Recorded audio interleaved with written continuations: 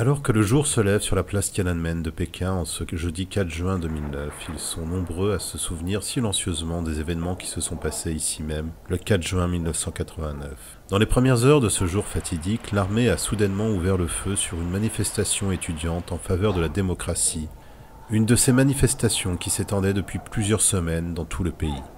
La Croix-Rouge en Chine et des associations d'étudiants estiment à au moins 2000 le nombre de morts ce jour-là, un nombre généralement annoncé comme étant sous-estimé.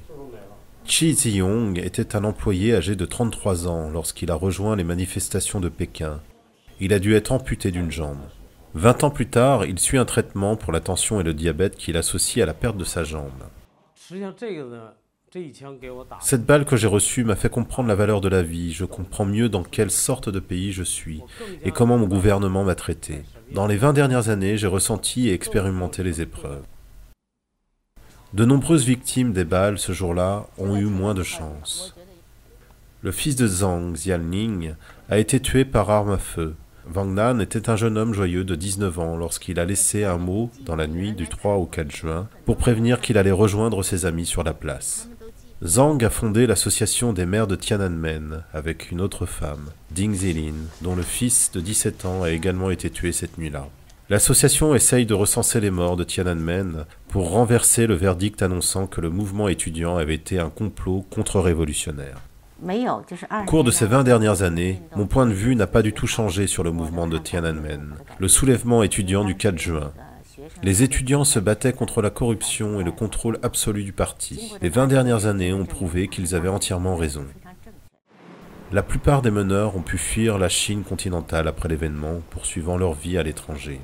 Bao Tong était le bras droit de l'ancien chef du parti communiste, Zhao Ziyang, qui a sympathisé avec les manifestants étudiants, ce qui lui a valu d'être maintenu sous résidence surveillée jusqu'à sa mort, survenue en 2005. Si l'économie de la Chine a prospéré grâce à cette répression, alors j'invite le gouvernement chinois à faire part de leur expérience au reste du monde et à dire au monde que si vous voulez une économie prospère, tout ce que vous avez à faire est d'envoyer des tanks et des machines à tuer dans votre capitale pour viser votre population. La plupart gardent l'espoir qu'un jour l'événement de Tiananmen ne sera plus un tabou dans le pays le plus peuplé du monde.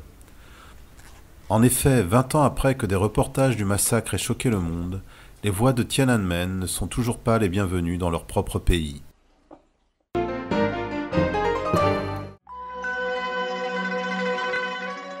100 millions de personnes méditent paisiblement. Elles suivent les principes d'authenticité, bienveillance, tolérance. Leur histoire est ce qui a changé la Chine à jamais. Le 25 avril 1999, plus de 10 000 adhérents font pacifiquement appel à Pékin pour leur droit à pratiquer leurs croyances. Le commandement du parti central a été terrifié. L'homme qui a juré d'éliminer le Falun Gong en 3 mois, sa jalousie va le pousser à tuer des milliers de personnes. Le parti communiste crée une police secrète, le bureau 610, qui a pour mandat d'éradiquer le Falun Gong. Commence alors la répression brutale dans toute la Chine. Combien de vies cela va-t-il coûter avant qu'ils ne décident que la Chine est allée trop loin?